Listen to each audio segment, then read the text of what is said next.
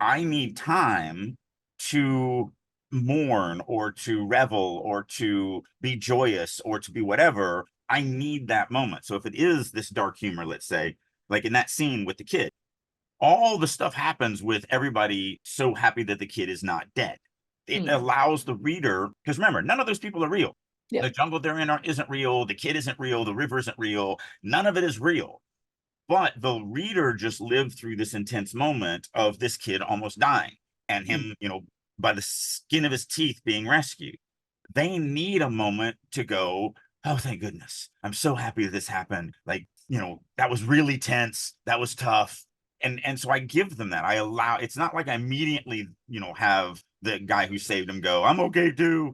I allow the reader to revel in the emotion of, wow, we almost lost this kid. We didn't lose this kid. It's saved. We're cool. Everything's okay. Take a breath, then joke.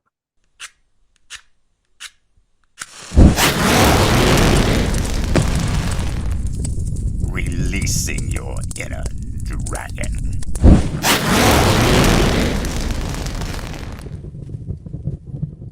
So, what's funny?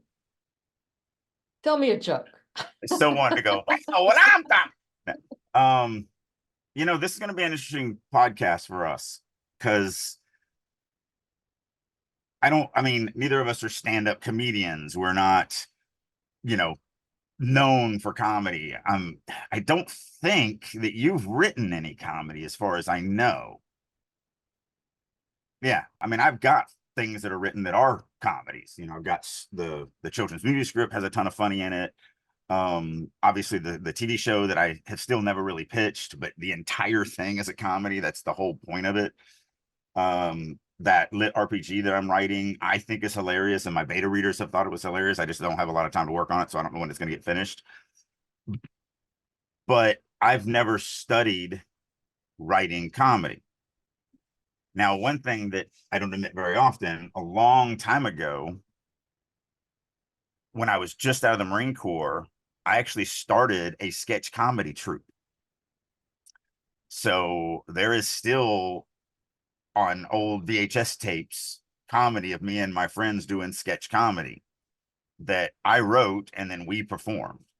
And there's some funny stuff. Like my favorite skit that I still ever came up with is, and I got it walking out of a Walmart, and I wrote it by the time I got to the car on the other side of the parking lot. But when you come out of Walmart, there's always the booth.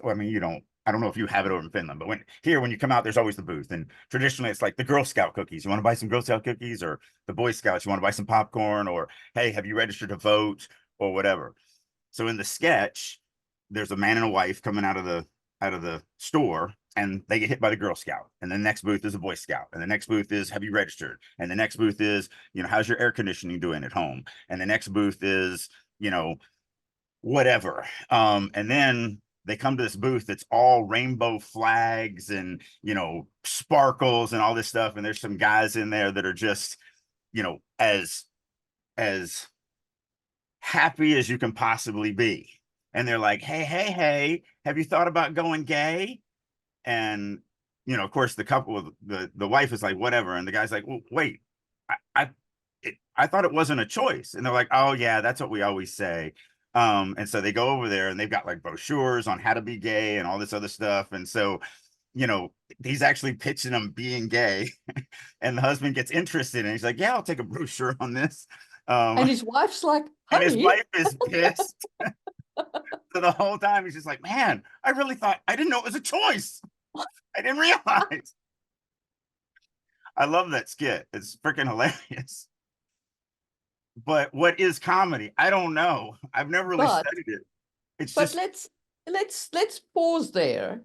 So everything you've described up to now is the genre humor. Yeah. And no, it is the genre humor, whether it is satire or whether it is whatever. It's meant to be funny. It's the same as, say, Terry Pratchett's books, which is satire, or Douglas Adams, which is satire. They are part of the comedy genre. That's also what comics do, stand-up comedians, etc., etc. But there, much like with our romance episode, there's a difference between writing comedy and adding humor to your work. Right. Yeah. Obviously, And the rainbow yeah, skit, which is what I had named it, yeah, is a deliberate attempt at humor for humor's sake. yeah. So, and I think like that is one of the first things to discuss is that difference, because like with the satire writers, let's talk about Douglas Adams and Terry Pratchett. Two of our favorites. So their writing, the comedy is very much part of the point, right? It is leavening with humor the social commentary they're making. And if you're going to write satire, you kind of need to do that. It needs to be funny and it needs to make pointed social commentary. Yeah. Well, I mean, the whole rainbow skit was the fact that me just being tired of everybody on a certain side, claiming that it's just a choice and you can just choose not to do it. So that's Yeah. literally, obviously, the whole point of the skit is against exactly what it says the world is like. That's kind of the point. Yes, exactly. And that's why I say, so you can either then do humor like that, where you're making a thing that is not true as like the contrasting, but you're throwing it on its head and going like, okay, so if it was a choice, does that mean that straight people can choose to be gay too? Because that's kind of what the skit's highlighting. And And they got insurance and they yeah, had, all sorts of different things yeah. that came along with it. So that's the that's the humor then. It's like with with Douglas Adams when the earth is being bulldozed and Dent's like, no, why? Like, what? Help. And they're like, well, you should have filed form whatever blah at this because because you didn't, we assumed everyone was fine with it and now it's just going to be destroyed. Yeah. Like the end. Well, I thought you were going with the line of, well, it's a hyperspace bypass. You got to build bypasses. Bypasses got to be built. Yeah, That's exactly. the way the government has done it to so many people that are Yeah, like, I mean, that was the whole point of that moment of that exactly. story is that in real life, bureaucrats don't announce what they're going to do to take your land and destroy your livelihood and home because they don't give a crap. Yeah. And they follow the barest of minimums because that was the whole point where he's like, oh, I went down there. It was in the bottom of a 5-story basement in an unlit, unused, damp file cabinet room in the back of a broken file cabinet, like falling behind the drawer. So, and that's satire writing. Now, I haven't tried my hand at satire writing. I don't know that I will. I think you need to have like a specific message you want to send with it and then put your sense of humor around it. It's not really my it's not my genre. Right. It's a genre that I read rarely and I don't think I'll write it. Like there are a few authors that I read in it because they are really, really good. But yeah, for the most part.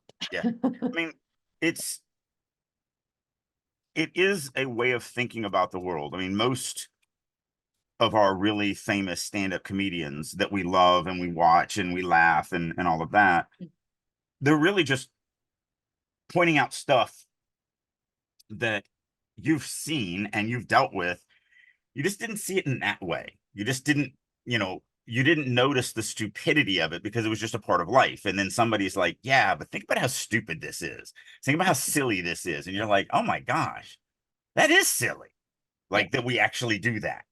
So, that is one form of that satire where you're calling out the stupidity of the world. That's the reason why I'm such a huge fan of politically incorrect humor, and that's Mm. what I write is politically incorrect humor.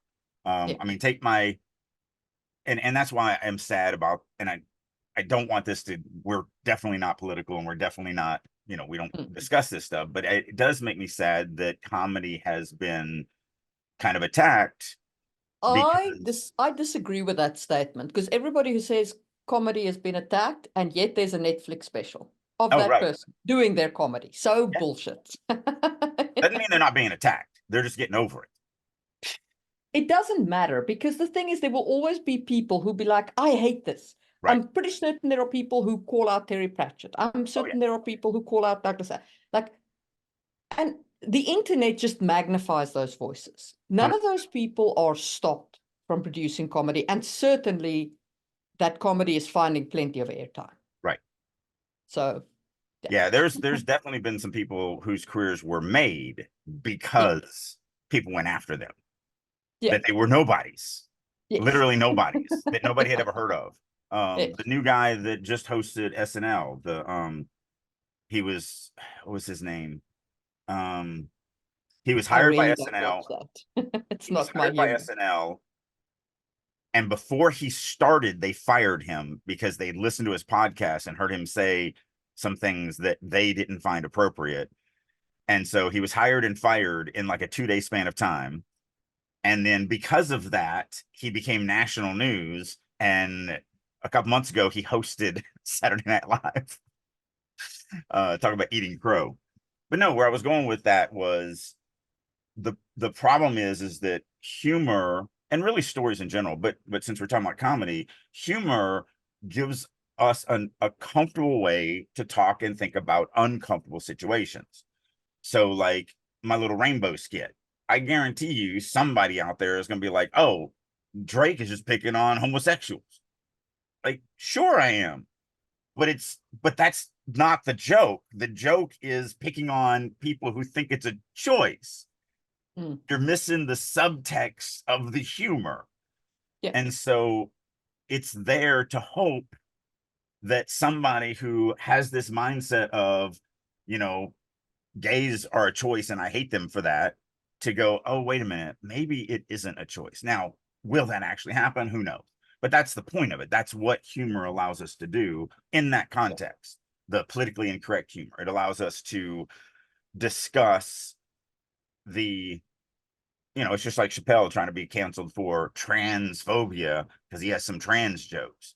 But when you look at the actual jokes, they're actually for trans people. Some of them. I don't know all of them, so I could be wrong on that. Don't blow up the internet and hate on me because I don't watch all of Chappelle. I've seen some of Chappelle, so he may have some things out there that I just don't know about. Um, but anyway, that's the thing that politically incorrect humor should be doing. Whether it accomplishes it or not, I don't know. But Yeah, it should be trying to give you a more comfortable way to talk about an uncomfortable situation and hopefully 100%. make better people. Yeah. And that's like all of that is direct humor writing. But I think that every writer can benefit from including some humor in their book. Now, there are varying degrees to which this is applicable. For example, if you are writing a tragedy, unless you're really good at dark humor, you probably want to go lighter on the humor aspect. In my urban fantasy, I lean much more heavily into humor, leavening it with a kind of noir aspect of the urban fantasy, because I'm looking for those kinds of snappy internal thoughts, that kind of humorous feel to it, Right. without it being a comedy. Right. It's not just a flat out joke fest, but Yes. it's most of us find humor in life. Most of us will laugh at things that just strike us as funny in the moment, and any other situation it wouldn't be, and to anyone else in the world it might not be. And so that's really the way I see your urban fantasy thing going, where Yeah. it's just more real life. Most people laugh at the stupidity of their lives, Yeah. and so that's where I kind of see it. Yeah. And it's geared towards that kind of those kinds of humorous moments. Like at one point the character says something equivalent to like, I can go home to get magic fairy dust and I can get you know, Ogham stays from here and I can get magical help from here. And she lists all these things. And then she goes, and for everything else, there's MasterCard, like from the TV show, Yep. from the ad. And it's just that moment of like, you've had all this list of like, you know, this thing that you've done. These things are priceless. And for everything else, Yep. there's MasterCard. Yeah, and that's I do that a lot. I love playing on a lot of my culture is a Yeah. culture humor. So Fiend Folly is a Mm, ton of, our culture, our mm, geek culture. Like there's an episode where they're hired by the church to go reclaim a holy artifact that was stolen. mm. The holy artifact is a limited edition Comic-Con exclusive Chris Hemsworth Thor statue from Comic-Con. So it's definitely, definitely culture driven humor, because when you Yeah. actually get there and they, you find out what this holy artifact that they're going after is, it's funny because you're like, oh, they got that from Comic-Con. It's there was only 50 made. That's why it's a holy relic. Because it would be holy to us geeks. That is a very holy relic to Mm, us. So it's definitely that yeah. cultural type of thing. Same thing with for all that, for everything else, there's There's MasterCard. MasterCard. Now, Playing the on the problem with second world fantasy, if you're doing full second world fantasy, like our epic fantasy series is Magic Fall and so on and so forth, is you can't pull on culture for humor. not Or our at least you can, but you can't pull on our culture for humor, right. right? So if you want to have humor in your prose in a full secondary world, you have to set up the culture so that there's a moment that you can pull on where that contrast comes in, and so that you can then make the joke. Now And that, you can set up the culture though as a parallel to something going on here, which then has more impact when you have that humor because they see what yes, you're doing. They see that Pratchett does that a lot, in his stuff because it is a secondary fantasy world, yes, but a lot of his humor comes from the fact that we have the same thing. Same thing with Douglas Adams, although Douglas yeah. Adams was set in our world as opposed to Terry Pratchett's this completely different world. I would say that Douglas Adams was set in our world for about 5 minutes. Well, I mean, he does destroy Earth in the opening chapter. That point. So, yeah. Yeah. So, I mean, I guess we could probably should go through, in the 30 seconds of intensive research that I did on Google, I did come up Mm, with a list of like what this person sees as the 6 types of humor, although we've already added one that's not on the list, which is pulling from some type of modern day culture or geek culture or mm, whatever. But we talked about satire. So satire is just, you know, basically making fun of reality in an augmented yeah. way. We talked about in your situation, um, is not the MasterCard thing, but in what you were just talking about the thing, it's a lot of situational humor. So like in Yes. in one thing I had written, this one hero jumps in, there's a child that's drowning, who's with the party, and he jumps in and risks his life, and all this horrible stuff happens to him, and they finally gets him up on the riverbank and throws the kid on, and everybody just piles onto the kid and all this other stuff, and the character's just laying there because you're in his head, and he's laying there and he's almost dead and he's staring up at the sky and he goes, I'm fine too. Like, because no one is even paying attention to him. So it's situational, it's funny, it gets a laugh, but it's not that if he was just walking down a court of a dungeon and just said, I'm fine too, like that wouldn't be funny because you have to have the situation layered The, around it. yeah. The situation is funny, and then in that moment you can hang a lampshade on it to Yeah. make it funny. Yeah, exactly. Yeah. Um, but there's some other things that they have in here that everyone will know, like the self-deprecating humor. Yes. So in my real life, I do a lot of self-dep. So if you've read any of my 3 creative writing books, there's a lot of self-deprecating humor in those books. Um, I've always used self-deprecating humor my whole life. I think it's funny. And it also is a way of making sure that I don't ever feel too proud of myself, because I'm constantly putting myself down in humorous ways. And it's just a way to I don't know. I just find it funny. I find it more funny to pick on me than to pick on other people. So I think self-deprecating humor has its place, but it also, like, it's hard to get right sometimes, because self-deprecating humor can come across as, instead of being self-deprecating, being actually attacking yourself.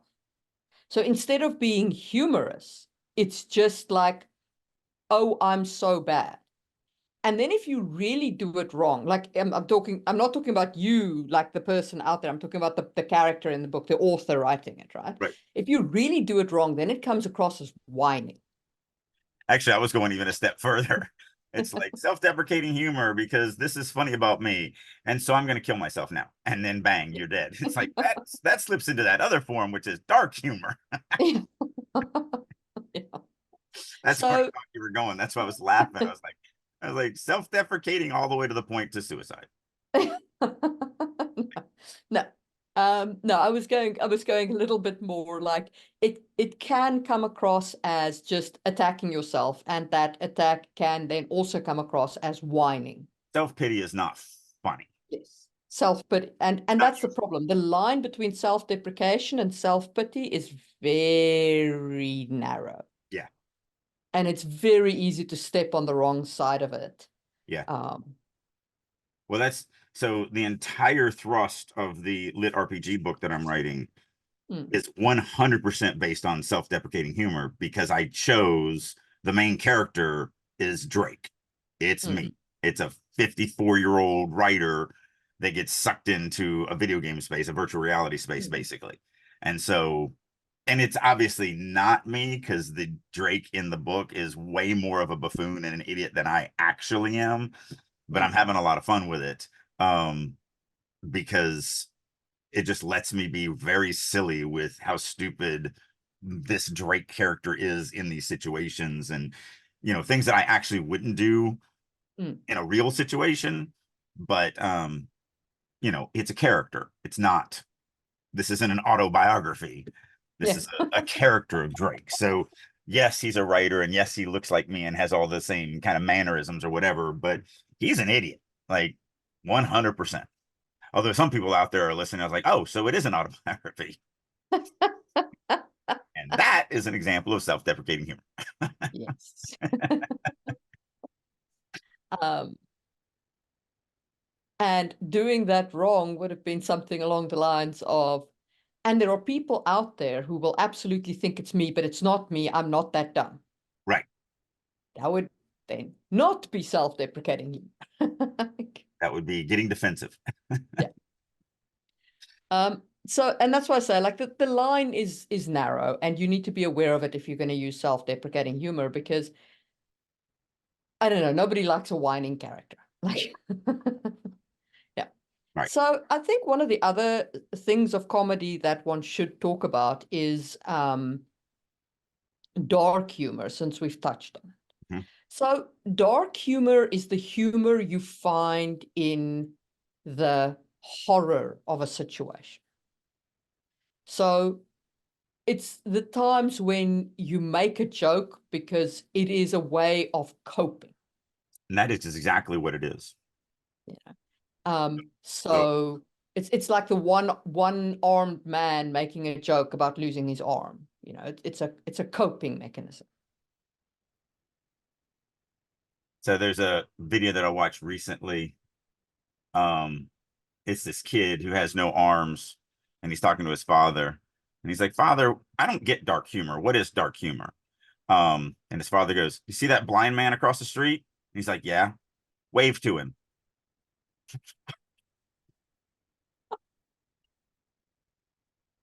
Yeah, that's dark. That is dark. That is your definition of, because then the kid is like, he looks at his arms and he goes, "Oh." Like, Yeah. um, yeah, but so the higher stress your job is, and the more it pushes you into inhumane things. Firefighters, cops, paramedics, people that see human tragedy on a regular basis. Every single one of them, I mean, obviously there's always exceptions, but the vast majority of them have incredibly dark senses of humor. And it's not because they are, careless people. They're doing a job literally that the rest of us don't want to do because they care so much and we don't. It is a coping mechanism. It is how they can go to sleep that night and wake up the next morning and then go see other tragedy and, things that I couldn't. I was listening to a story of a guy the other day, and he was talking about when he was first a paramedic. There was a bus crash that happened with a bunch of school kids, and they were high schoolers. They were, 9th, 10th graders, so 14, 15-year-olds. And he was describing the scene as it looked like, some type of Ferris wheel had just sput kids out in random directions because the bus driver fell asleep, and like it was a horrendous crash. And him talking about the death and dismemberment and everything that he had to deal with. But it was his first time being in a situation like that. And so everybody just ran out and was just grabbing whoever. And he ended up with this like 15-year-old girl, and he just kneeled above her, and he froze up. He couldn't do anything. And so who he called his mentor came up and was like, hey, go help someone else. I got this one. I'm going to try to tell the story without tearing up because, I mean, it's just horrendous. And so he said, for 20 years after that, I thought that guy had saved me from basically just holding a 15-year-old girl as she died because she was in horrible shape. And he's like, I was so grateful to him, because he was like 20 at the time or 19 at the time or whatever it was. And he's like, for 20 years, I always, felt that was the case until I was at his funeral and that girl was there. And he thought she was dead. He thought for 20 years that guy had saved him from, having to be that person that was there. And he's like, turns out, and the reason why he never talked to me about it is he was saving her from me, like from my inner experience. And he didn't want to rub that in my face because, obviously I became a better paramedic and, all of that other stuff. But the situation was so gruesome and so bad. And so, yeah, people like that deal with that. Like, I don't want to be that person. I don't want to hold, a 15-year-old girl as she dies. So these guys all I don't have a either. sense of humor. Huh? Yeah, I don't either. But Yeah. it does remind me, your story does remind me of one of the darkest jokes I've ever read in a book. And that, and that is in That's a Laurel K. segue for you. Hamilton. You did set it up for me. So it's in Laurel K. Hamilton's early Anita Blake books. Now, Anita Blake is a necromancer, okay? And this world is vampires and werewolves, and Anita is a US Marshal because these guys are real and the law recognizes them and stuff like it. It's a very interesting world. And and she gets called into a crime scene. And there's been a werewolf attack that's absolutely monstrous. It's ripped apart an entire family, like in pieces. Yeah. And one of the cops, who's kind of an asshole cop, but I mean, he's an asshole, but he's still a good cop kind of thing. As Anita comes into the room, he's like, hey, you want a hand? And he throws a hand at her. It's just like, it's like that. That's dark humor. Yeah. At the beginning of the movie Highlander, which is still one of my favorite movies. Thank God they only made one, since there can be only one. But at the beginning of that one and only Highlander movie that they made, when the cops are there in the parking lot and the guy's got his head chopped off, one of the cops does say, real smooth shave. Yeah, exactly. So It's that kind of it's also that is also gallows humor. It's sometimes called gallows humor, like right, the humor in death. right. Which is somewhat different from straight dark humor. I Yeah. guess. But what it does is it diffuses a situation. Yes. It it is a coping mechanism, and your readers are living through these moments or whatever. It's one of the reasons why Joss Whedon said, you know, and I don't know the exact quote, but it was something like, punch your characters, hit your characters, kill your characters, but for God's sakes, when you're done, tell a joke. So it's just that So moment.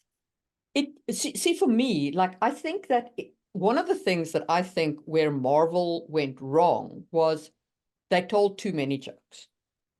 And I think that you need to be aware of this. Like, yes, it is a coping mechanism. It does help the reader cope within limits. If the moment is serious, if the moment is intense, if the character is learning a serious lesson, and you follow that up with a joke, you don't just drain the tension out of it, you remove everything that the reader is about to learn. And that's the problem with putting in that kind of Marvel formulaic humor. It was fine when it was splashed here and there, but then it just became the whole movie. Yeah, how many jokes can I fit in here? And Yes. that's the same with everything. We talked about using M dashes, or we talk about using fragmented sentences, or we talk about using repetitive words. They're all really powerful when used at the right times. They're all weak as crap when you use them every other paragraph. Yes. So that's Exactly. that's with everything in writing.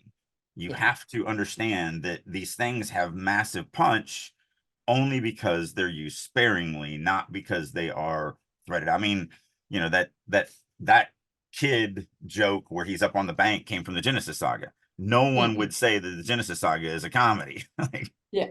it is very dark and very bloody and very, Mm. has a lot of death and pain and misery and everything like that. But there is plenty of humor in it.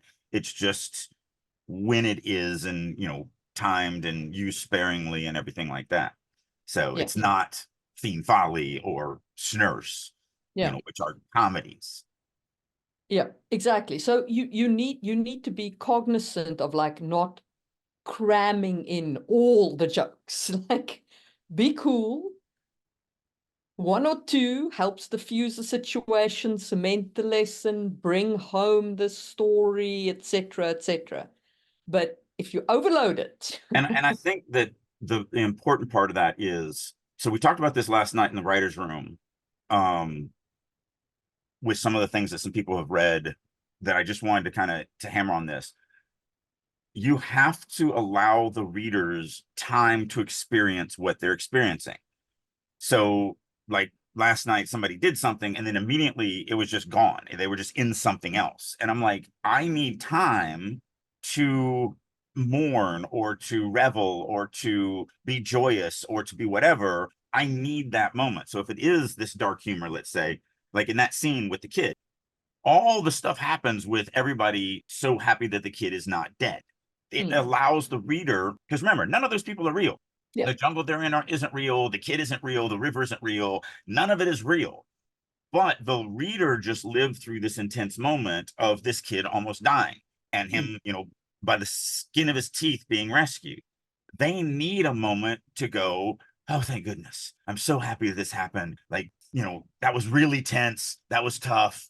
And so I give them that. I allow, it's not like I immediately, have the guy who saved him go, I'm okay too. I allow the reader to revel in the emotion of, wow, we almost lost this kid. We didn't lose this kid. It's saved. We're cool. Everything's okay. Take a breath, then joke, mm, because I gave them the space to emotionally move through that scene as opposed to hitting them too soon. But it was the same thing. I mean, with this one last night, it was the climax, and the character has to make this choice between two things, themselves and the world, and they choose the world, and then immediately it just goes into, it's like, wait, I just made, because I'm the character, so now I just gave up everything that I've been fighting for, everything that I've been on this story for, I gave up for the world.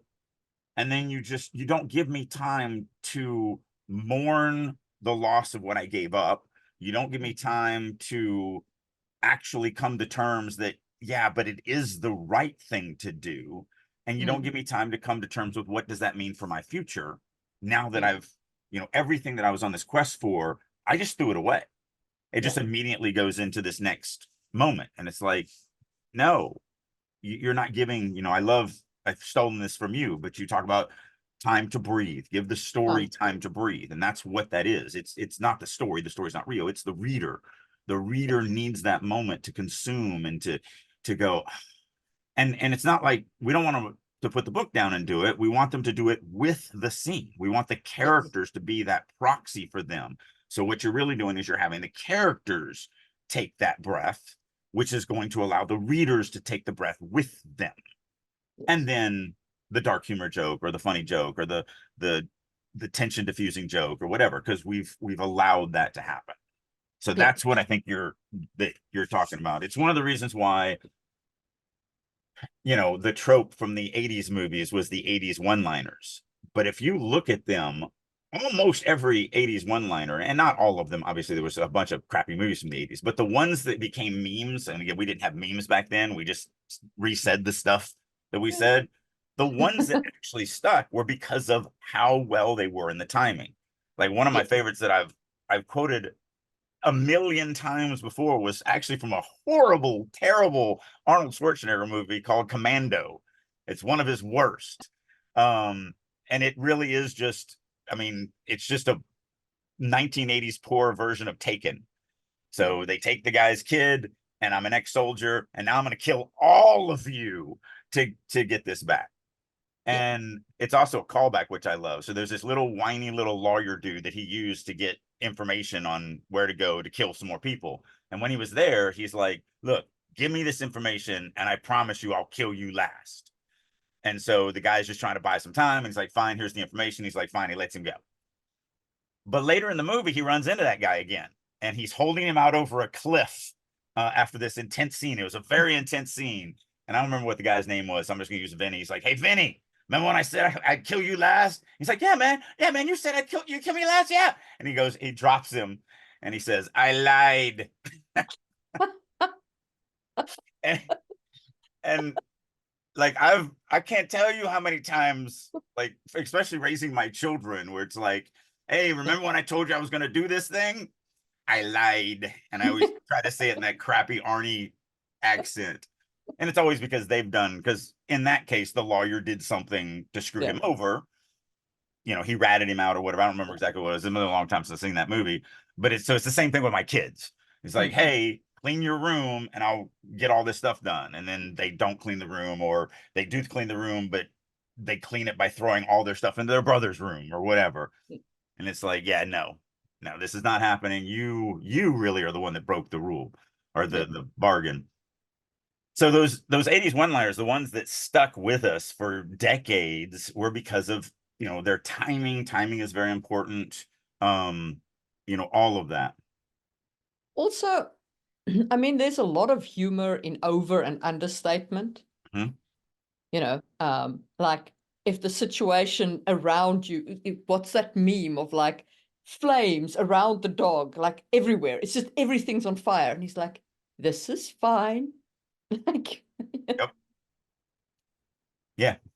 there is humor in that kind of thing. And especially if you're writing a noirish book or a book with noirish flavor, the humor you want to use there is definitely understated. Yeah. You want to use that kind of subtle, low, understated humor um, for that kind of feel. Because that's the other thing. Like you want to use dark humor in a book that has that kind of darkness. It Yeah. doesn't make sense to write a cozy fantasy and put in gallows humor. I mean, Right. these two things are not the same. um, and like if you're going to use slapstick humor, for example, there needs to be other slapstick elements. Then you need to be writing in a book that supports that kind of humor and so on. Yeah. Otherwise, it feels out of place. Yeah. I mean, You- people are Yeah, gonna hate on me on this. I'm just gonna throw it out there. Or at least I'm gonna say it now. I might have uh the video guy cut it, but it's why I hate Ex Machina so much. That show should be I should be the target market for Ex Machina. I should be. I should absolutely love that, regardless of the poor writing and everything else that's in there. Actually, the writing's not necessarily bad. It's the storytelling that's bad, but that's a different topic. But why I really hate it is we have these very serious, humorous situations, so more like Fiend Folly, interjected with dick punch jokes. Yeah. Like there's situational comedy where, oh, we got to go into this vampire lair and we've got to do this thing, and oh, look, we did this, and now we're in front of the king and we're getting our reward. And while we're talking to the king in a serious situation, one of the characters just punches the other one in the dick, and everybody laughs about it. And I'm like, that doesn't fit. You can't take these two types of humor, the more serious dark humor and slapstick humor, they don't mix. And so the show never landed with me. And again, I'm not saying that it's not going to land with anybody. It obviously has its audience. But that's the biggest reason why after 4 episodes or whatever it was, that I just like, I can't do this anymore. This is not I didn't good. even watch 1. Yeah.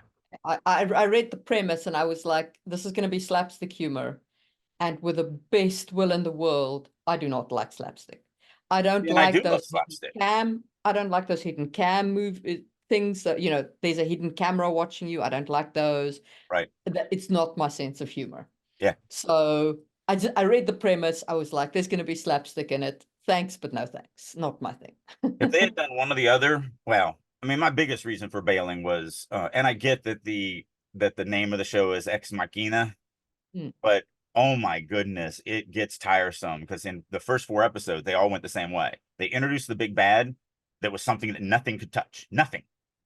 They always have the opening scene where there's like a party of heroes in front of this monster, and the monster literally just blinks and they're all exploded into atoms. And then halfway through the show, the heroes actually meet up with the monster or the villain or the big bad, whatever, and they get their butts handed to them. And then at the very end, when all hope is lost and there's literally nothing to do, they accidentally kill it every time. They don't earn anything. And it's like, what? Yeah. And so it was just, like I said, I get that you kind of have the show's name as Ex Machina, but Deus Ex Machina is not a good plot device. And we've talked about that on this show before. Yeah. So and actually, I think we even brought up Ex Machina during that episode because it still bothered me Awesome. back then. So yeah, mixing humor is really tough. It's tough to get that. Now, again, it can bring impact to things. So in Snurse, even though it is some silly humor sometimes, it is a movie for 8-year-olds. There are some dark moments.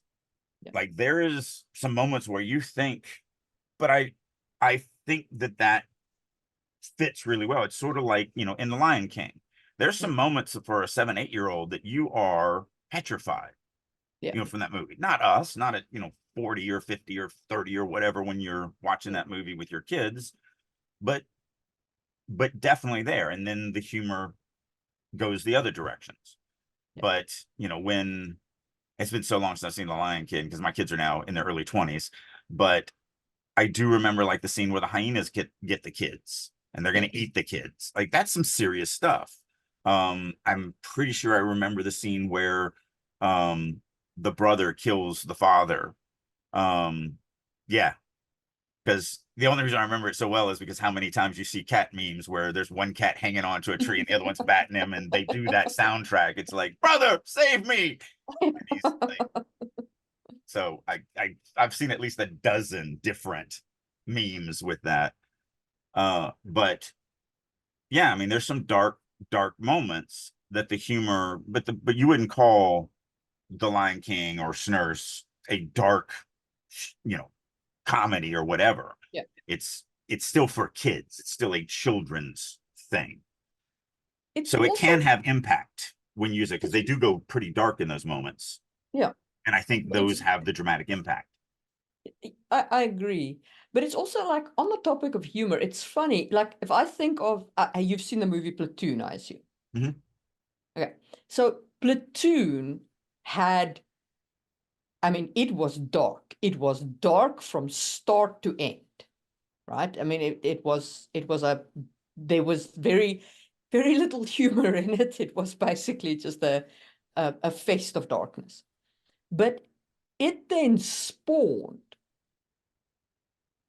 knockoff humor onto it, like movies that were based on it that made fun of the dark moments in Platoon, which is also a different kind of humor. It's like taking that darkness and saying, like, you can put too much drama on this and basically like over dramatize it, and through that over dramatization you reach humor. Then it's like an excessive overstatement of the moment. Yep. Yeah. Yeah. So the only thing we didn't talk about today is kind of what is the key to writing a joke or writing humor. Now, obviously, with situational humor, with satire, they have to have their place. But to me, I think the biggest lesson that I ever got, because I haven't studied writing comedy, even though I write it, because I don't consider myself a comedic writer. Although, like I said, one of the very first things I did as a writer was write sketch comedy, but it was just for us and we just did it. It's about setting up something that is one thing and then turning it on its head, that it goes a completely different direction. So you set up an expectation. Oh, I see where this is going, where this story is going, where this joke is going. And then you come at it with something that is completely unexpected. And that's where a lot of that humor comes into. And it can be subtle. The kid on the bank, from the thing I wrote, you're not expecting him to go, oh yeah, no, I'm okay too. He should be right along with the rest of them that are like, oh my God, I can't believe you almost died. I'm so happy you're alive, all this other stuff. He literally just risked his life to save the kid. So obviously he felt that was important. And so for him to come back and say something like that is unexpected. Yeah. So that's where a lot of that humor comes from. It's sort of like in your urban fantasy where I mean, it's a serious situation. Like, where are we going to get this stuff? I'm like, well, I can get this stuff from here. I can get that stuff from there. I can get this from there, and everything else. There's MasterCard. Yeah. Like, it's not an expected thing to come out and have happen. We're not expecting to reference a credit card commercial meme. So that's really the heart, in my opinion, of comedy. Comedy is about giving, setting up an expectation and then coming at it from a completely different angle that wasn't seen. Yeah. And that's where you find the humor. Where you don't find humor, and we're in Vegas, so we go see stand-up comedians. We just went not too long ago. And this is not, we're not talking about Dave Chappelle or, Bill Maher or whatever. We're talking off strip in a small nightclub in downtown Summerlin on the, above a bar that holds 12 people. These are not necessarily what you would consider. I mean, this is what they're still doing, they're paying their dues and all of that. But I love watching these comedians. But some of them, that's as far as they're ever going to get. They're never going to get any further. The show that we watched this last time, the only comedian that wasn't funny was the MC. And that's sad because you see him like 5 times. So he comes up, he does like a 10-minute set, he calls the guy up, he comes back, he does like a 5-minute set, he calls the next guy up, and then a 5-minute set, and so on and so forth. And it's like, after the first one, I'm like, yeah, you don't need to come back to the stage, dude. You're not funny. And the biggest problem was not that what he was saying wasn't funny. It was obvious.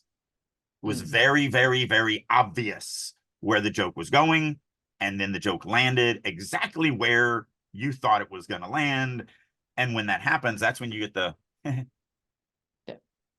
you're like, okay, yeah, it's funny. I saw where it was going, but you don't get the, you don't get a full-throated belly laugh from giving somebody exactly what they expected, which is also the problem with the later Marvel jokes. You could see the jokes coming because you had seen so many of them. And it can even be not even just when we're talking about the unexpected. So I'm a huge fan of sketch comedy. Obviously, I used to write it, so pretty much every sketch comedy show has got me hooked, except for Saturday Night Live because it's not funny, or at least Mm, it wasn't for decades. For whatever reason, it's starting to get funny again a little bit. Um, but Key and Peele was one of my favorite shows of all times. Love that show. And probably my favorite sketch on there, because there's a lot of racial stuff on there, so we're not going to talk about it here. But one of them was their post apocalyptic zombie sketch, mm, where it was a zombie outbreak. But one of the funniest things is so Key and Peele are running. This isn't even the joke of the sketch, but there's another survivor that's fighting for his life, and it's mhm. Kevin Sorbo. And just having Kevin Sorbo in a sketch with Key and Peele right there is so unexpected and so funny. And if you don't know who Kevin Sorbo is, the joke's not going to land. But he was Hercules in that really campy Romero Hercules and Xena and all of that. He also was it Andromeda, the sci-fi thing that he was on, Yes. where he was the captain. Yeah. Um, Was a and then weird he show. immediately gets killed. Like he gets eaten by zombies, like Yes. almost immediately.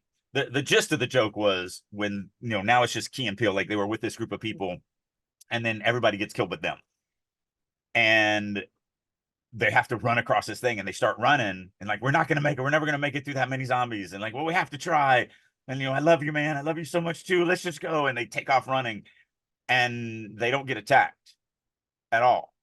I've And seen then the sketch. they're like, It's wait, so and like funny. they were walking down the street, and there's this old zombie couple in a broken down car with a broken window, and the old man zombies when they walk past him, he's like, and he locks the door, Yeah. and they're like, these are some racist zombies. Yeah. So the joke All the all is the the all the zombies are zombies racist. are all yeah, all the zombies are white. And he's white suburban racist. And they're like, no, I'm not. It's like, Yeah, dude, there's a even scene in where under. there's a husband and wife zombie, and they're walking with their kid zombie. And they go, and the kid starts to run after the two to Key and Peele, and the parents like, oh, and they grab the kid like, no, not that one, stay away from them.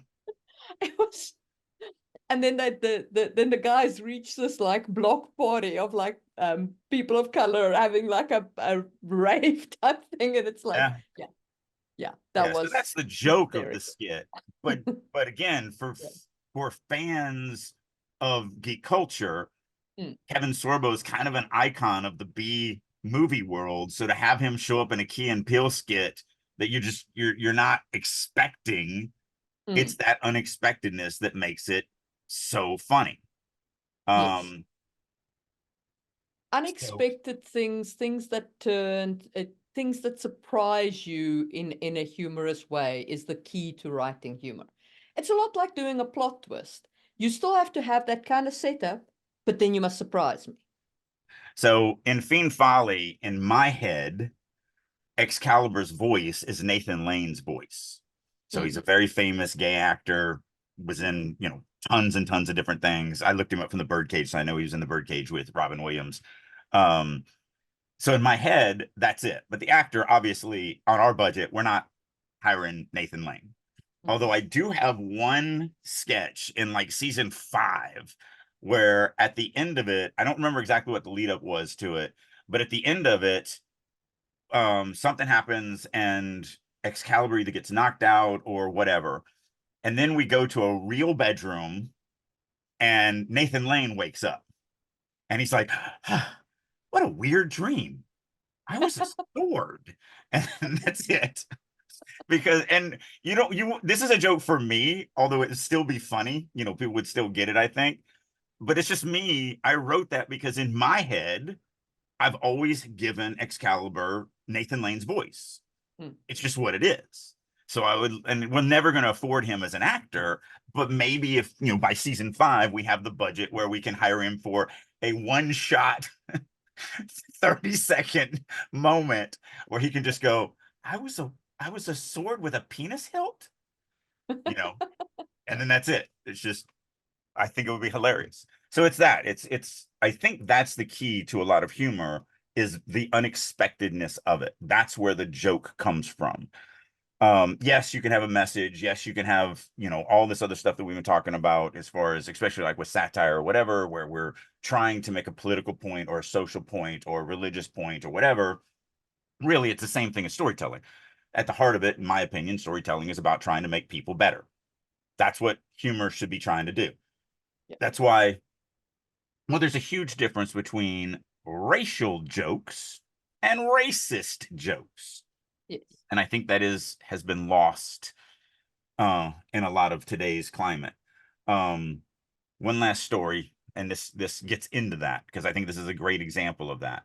So I'm famous enough that when I'm at something like a Comic-Con, I have a queue. Not a huge queue. It's not a Brandon Sanderson queue of people waiting for an hour to see me. There's 5 or 6 people at any given time, to see me. But that does mean that I need to kind of spend 60 seconds to 2 minutes with somebody and then move them along so I can talk to the next person. And this is a couple years ago. This was before the shutdown, but I was talking to a couple fan of mine. It was a husband and wife. They were Black. And for whatever reason, we started talking about the subject that we started talking about was just the expense of Comic-Con and mainly hotels. But for the last couple of years before then, me and my wife have been staying at a place. Now at Comic-Con, you're not going to get anything less than $300 a night. I mean, it's just stupid expensive. And we found a place within 10 miles of Comic-Con. It was $60 a night during Comic-Con. This place was a crap hole. Like, it was horrifyingly, terrifyingly, disgustingly bad. But this was early in my career, and Starving Writer was a lot more pertinent than it is now. And so I'd mentioned that to him. I was like, oh yeah, we're paying $60 a night. And they're like, oh my goodness, that place must be horrible. I was like, well, I mean, it has one amenity that's actually kind of cool. And they were like, really, what is it? And I was like, they have really nice exfoliating towels, which is funny. But then he set me up because he says, how exfoliating are they? And I said, when me and my wife checked in, we were Black. And of course, they laughed and we laughed, and then they left. And then there was a white couple behind them, and they stepped up and they were like, you could tell they were just mortified. And they were like, I can't believe you said that to them. I'm like, and I was worried. I didn't know what I had said. I thought that, maybe I did say something stupid or whatever, because I'm prone to do that. And I was like, what are you talking about? And they were like, well, that racist joke you told. And I'm like, that's not a racist joke. There's nothing racist about that joke. It was just racial. I mean, that's it. There's a difference between a racial joke and a racist joke. When I was writing Fiend Folly, one of the things that I told the other people that were writing on it with me was, here's the way I feel about it. If, first of all, you're never going to make a joke that doesn't offend somebody. Like, that's impossible. I've probably offended people just in this podcast. It's just impossible. However, if you make a joke that the vast majority of whatever it is in that sector that you're talking about, either the race or the sex or the demographic or the country or the culture, the interest, if you're picking on, D&D geeks or whatever it is, if at least the majority of them are laughing with you, you're golden. It's just the way it is. If none of them or few of them are laughing with you, then you're attacking. And that's really where I draw my line. I'm not saying that's right, but I'm saying that's where, because I do write a lot of politically incorrect humor. And so I feel like if I'm picking on white people or straight males or gay males or Black people or women or geeks or jocks or nerds or whatever I'm picking on, if how I'm picking on them, the vast majority of them are going to be laughing with me, then I'm good. I'm fine with that. I'm not being offensive. I'm not being attacking. I'm not being anything.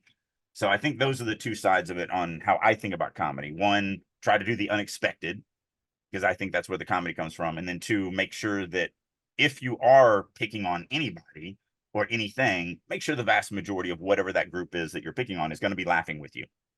Yes. And so, and actually I thought they were talking about, because what you don't want is, you don't want people who are not in that group to be laughing at that group because of your joke. Right. Right, exactly. That's the mean part. That's the part where comedy is not funny. Well, I suppose it's funny to somebody, but those people are mean. Well, You and the know. funny thing is, it also depends on so much. So the the couple that said, "I can't believe you said that joke," what I actually thought they were talking about, because we had just came down from me teaching, Mm. and at the beginning of that class, the room was filling up, and this black guy came in to the class, and you know, he's just a nerd. He's just socially awkward, and he's now in this big room of crowded people, and you could tell he was just uncomfortable. And it had nothing to do with that. He's just, we're nerds, we're geeks. We don't want to be around a lot of people. That's who we are. That's our people. And so the fact that he was black was irrelevant. He was just Yeah. a nerd and in a social environment, and he's awkward, like all of us are in this culture. And so you could tell he was trying to like figure something out. And the only place that were like 3 or 4 seats alone was up front. And so he came up and he sat in I think there were 4 seats emptied, and he sat in the third one over. So there was a seat between him and a white guy sitting next to him. And then he picked up and he moved over one. And then after another few minutes, he picked up and he moved over one. And he was looking at me like this. Oh, I'm so sorry. It's like, don't worry about it. I don't like sitting next to white people either. And it's like, so some things you can pick on certain things about certain things, like, because if that was reversed, Yeah. I couldn't say that. Yeah. It wouldn't be funny. Whereas that is funny. So it also depends on a lot of that situation. Well, I mean, a lot of it depends on history, right? The Yeah. recent history has not been black people suppressing white people. Right. It has been the other way around, so that Right. the joke lands. Right. Exactly. Yeah. So, but my rule still stands. The vast Mm. majority of white people laugh at that joke. Like the Yes. whole audience Yes. at Comic-Con is almost, I mean, it's Yeah. 90% white. Yeah. So the room held, I think, 600 people at the time. There's probably 500 people in the room at this point, Mm. and 480 of them are white. But So you're everyone laughed. like it's like being self-deprecating. You can make the joke because you're white as well. Yeah, Like, because you're part of the group that you're picking on. right. Yeah. You're all right. That is very close to being self-deprecating. It's Yeah, just self-group deprecating. it's self-group deprecating. Like a black guy can make that kind of joke about black people. Exactly.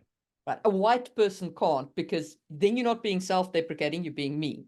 Right. But when a black guy does it, he's being group self-deprecating, which is funny. So one of my jokes about sketch comedy has always been, if you're black, like Chappelle, you can have your own sketch comedy show. If you're Hispanic, like Mencia, you can have your own sketch comedy show. If you're white, you can have a cartoon that's a sketch comedy show, like South Park or Family Guy or any of the other ones out there. But you can't actually do it. You have to do it through a cartoon. Yeah. And I have Fiend Folly. Yeah. So So I think that's a fair point to end this on.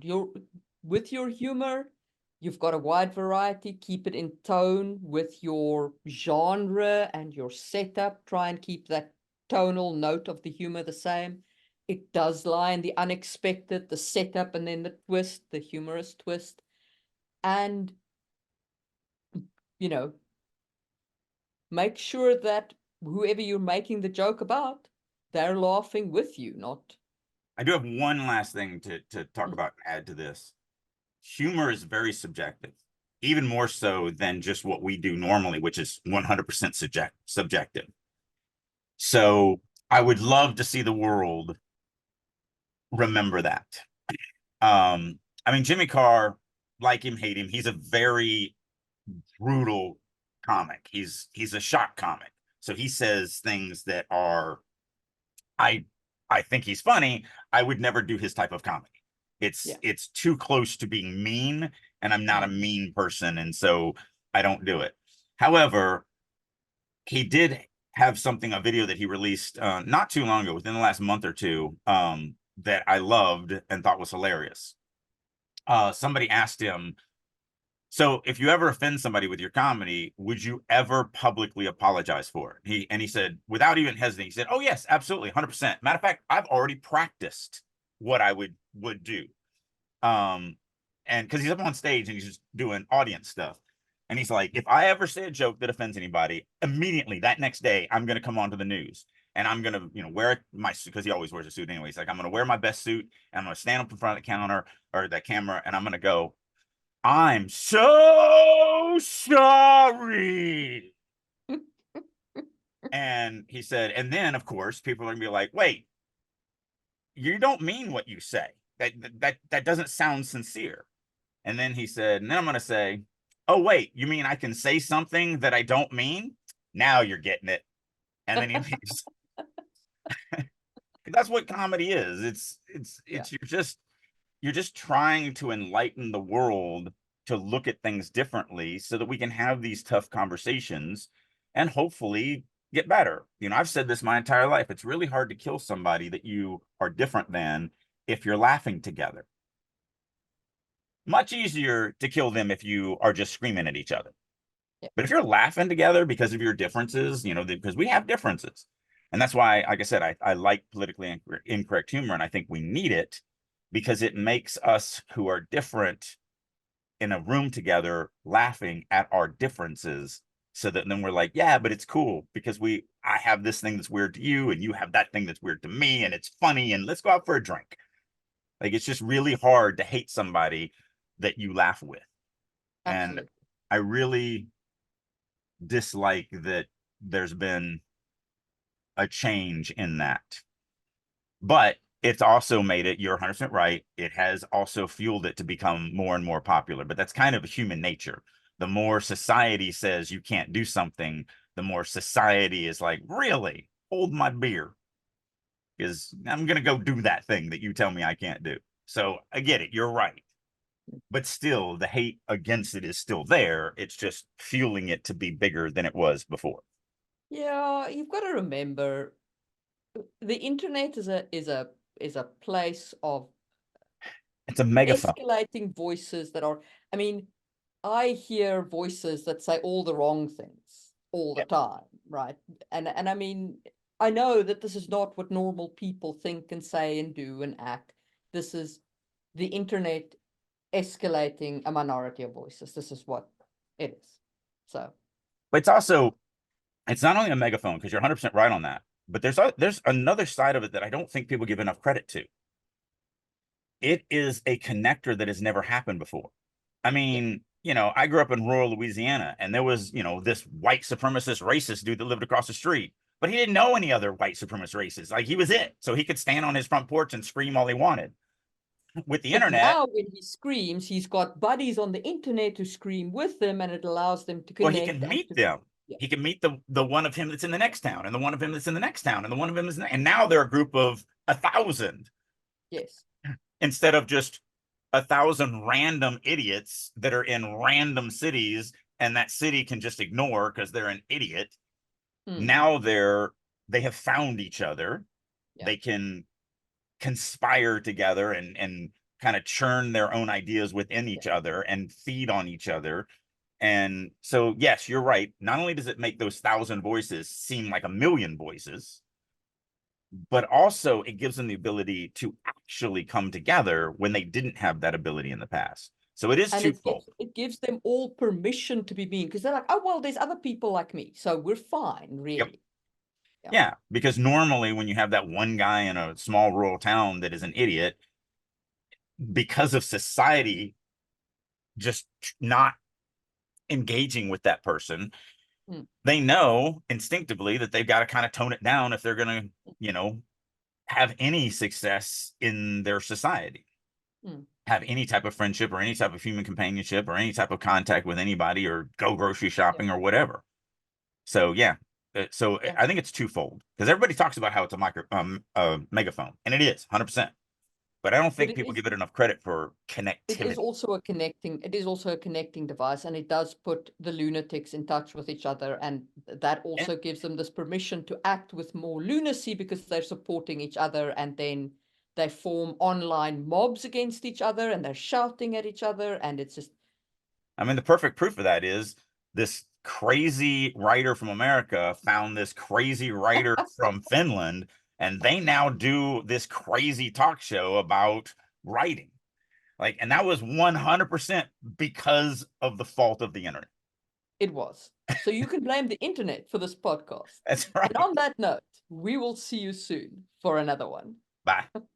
Good day to our esteemed listeners. I'm Marie Mullaney, and it has been a pleasure guiding you through the nuances of writing and world building. If our podcast has enriched your authorial journey in any way, please consider liking and subscribing. Sharing our content with your peers is a powerful way to support our mission and ensure we continue to deliver insightful and valuable episodes. Your engagement is greatly appreciated. For a deeper understanding of the topics we've discussed, head over to Just in Time Worlds on YouTube. It is a treasure trove where fantasy meets history and science. Every Tuesday, you'll find new videos that delve into the intricacies of world building, drawing from our rich real-world history. Whether you're a writer, a role player, or just a fantasy enthusiast, Just in Time Worlds offers unique insights that will enrich your perspective. Check it out and join the journey of crafting incredible worlds. If you are ready to take your writing to the next level and work with a group of highly motivated, dedicated writers who are all working to not only improve their writing, but improve your writing, plus you get to work with me on a weekly basis, then I'll encourage you to check out writersroom.us. This is a website that I have created that I really wish I had 30 years ago. It's everything a writer needs to become a better writer.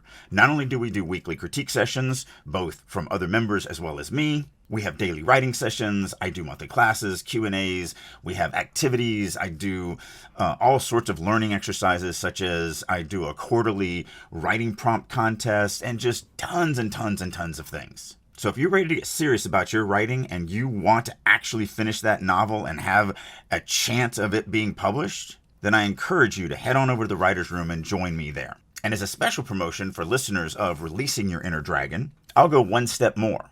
If you would like to get 50% off for 3 months, reach out to me. There's a million ways you can do that. You can do it through starvingwriterstudio.com, drakeu.com, any of my social medias such as LinkedIn, Instagram, Facebook, X, whatever. Reach out to me, say that you would like to check out the Writer's Room for 50% off, and I will send you a link that will allow you to do just that. So hopefully you're ready to start getting serious about writing, and I'll see you in the Writer's Room.